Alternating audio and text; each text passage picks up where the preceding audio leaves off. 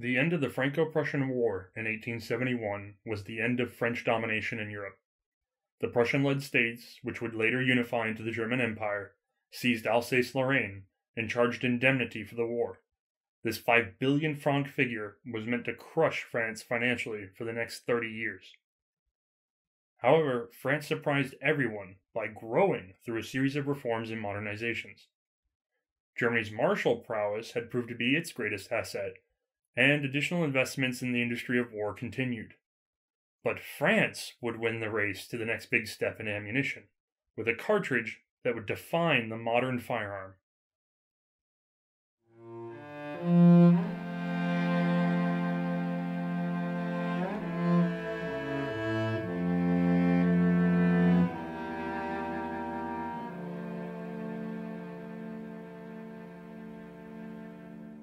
Hi, I'm Othais, and this is the French Fusil Modèle 1886 M93 Lebel.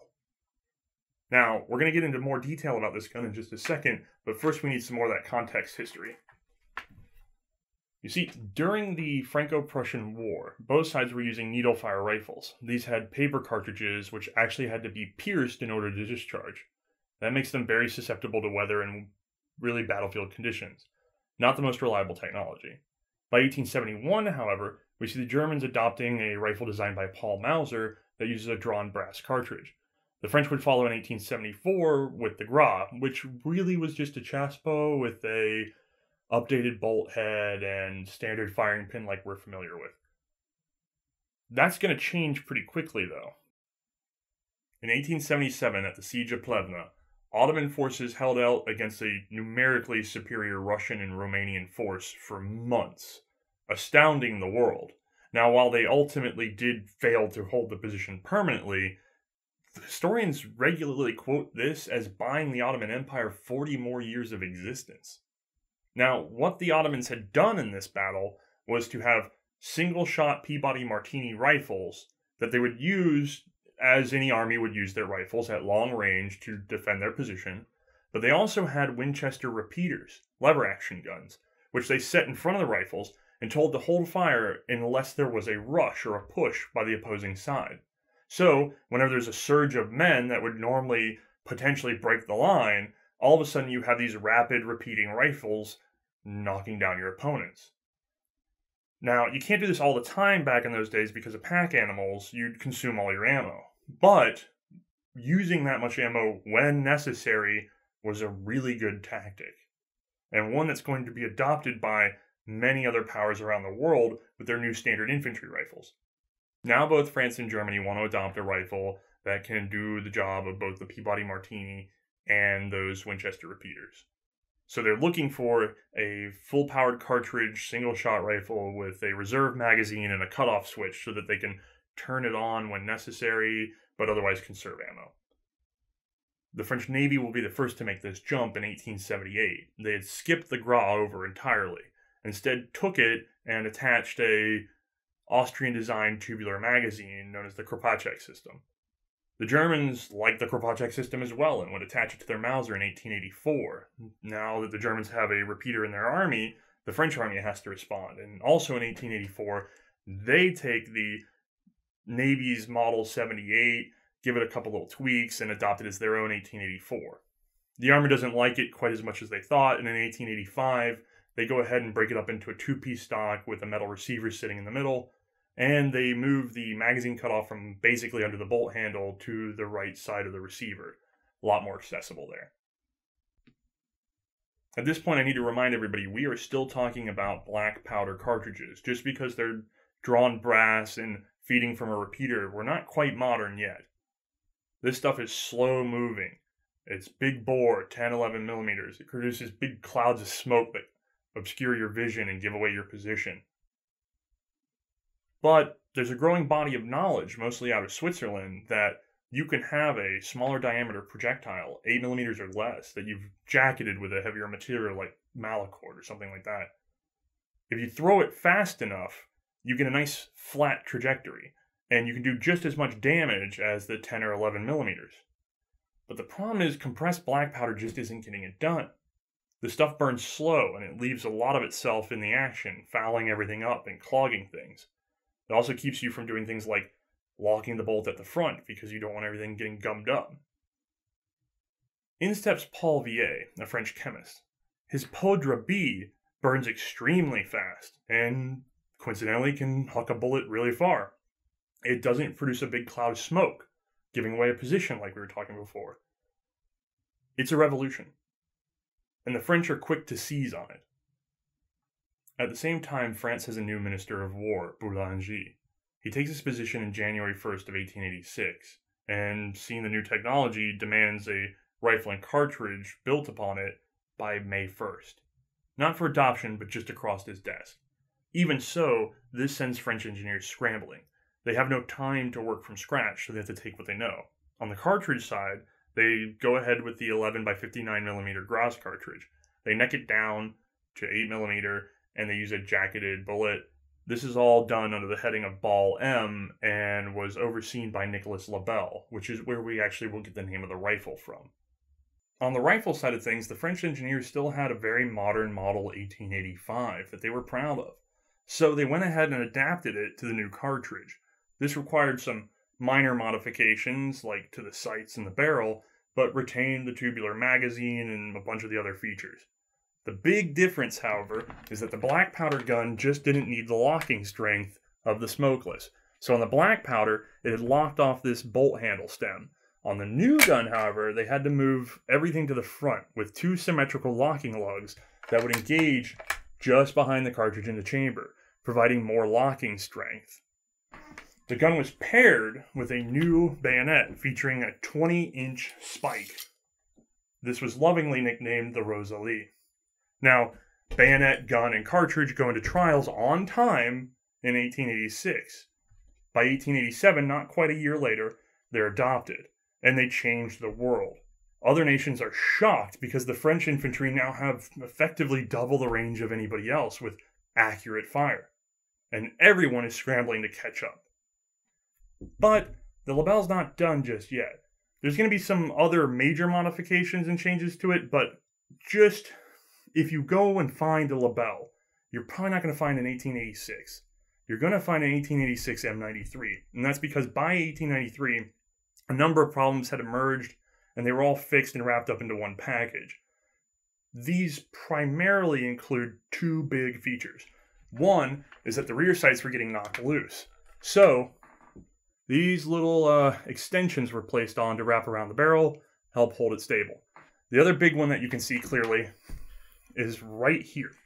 You see, the first gun had a problem with ruptured casings venting hot gas into the shooter's eyes. That's not great. So, this little shield was placed behind the bolt head to divert it elsewhere. Lovely feature to have.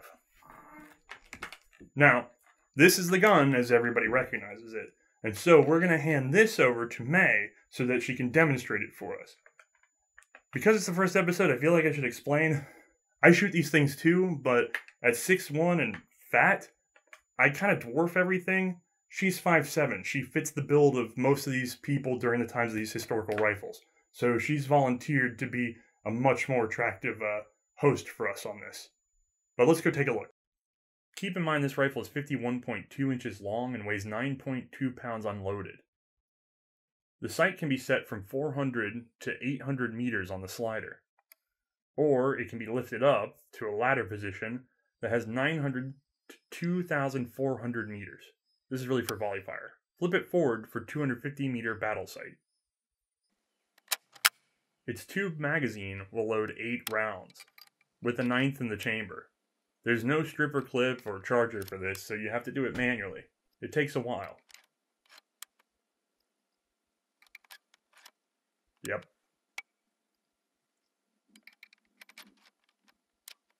Still loading. Did I mention this took like 8 takes? Now, the Lebel has no safety because French soldiers were expected to carry with the chamber empty.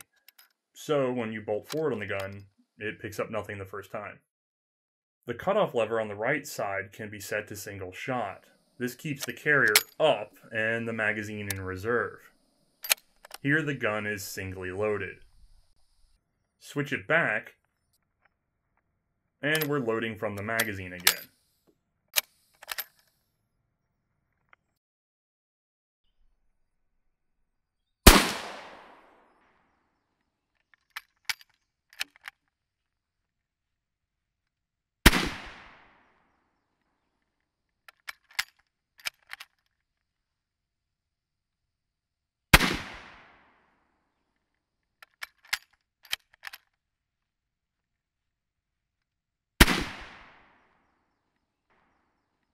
We have a fairly big magazine here, so while we're shooting, let's take a look inside the gun itself.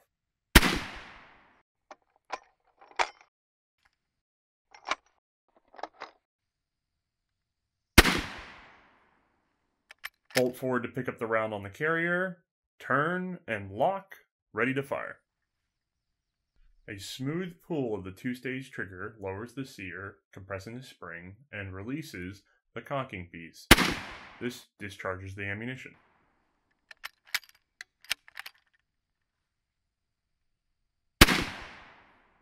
Lifting the bolt handle will unlock the action, and the extractor pulls the spent casing to the rear, hitting the ejector on the left side of the receiver. At the same time, the bolt head will tilt back on the carrier, bringing up the next cartridge. As we bolt forward, we're going to hit an extended tab that will go ahead and depress the carrier again.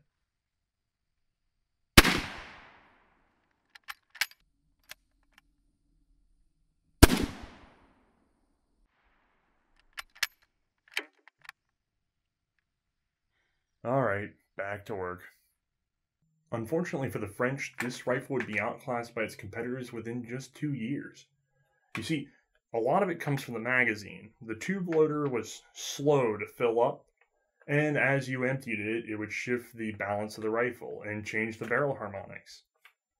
Also, it had a magazine cutoff that frankly was unnecessary with semi-mechanized and mechanized warfare. The gun also was very hard to convert to a carbine, and so we see an entirely different model, the Berthier, come out instead for cavalry and artillery use. But the French arms adoption process could be bureaucratic and slow, so the Lebel stayed on staff and served all the way through World War I and World War II. During the former, it was still the standard French infantry rifle and remains an icon of the conflict itself. I don't know that you can mention France in the Great War and not think of this gun, and especially its spike bayonet. World War II is a different story. You see, in the interwar period, the French realized that they had massive problems in the First World War due to the 8mm Lebel cartridge. Its unusual sloped shape, a product of being so quick to make it out of a black powder cartridge, made it hard to feed through auto-loading systems. So, they looked around and came up with the 7.5mm cartridge, and we'll get into that in more detail.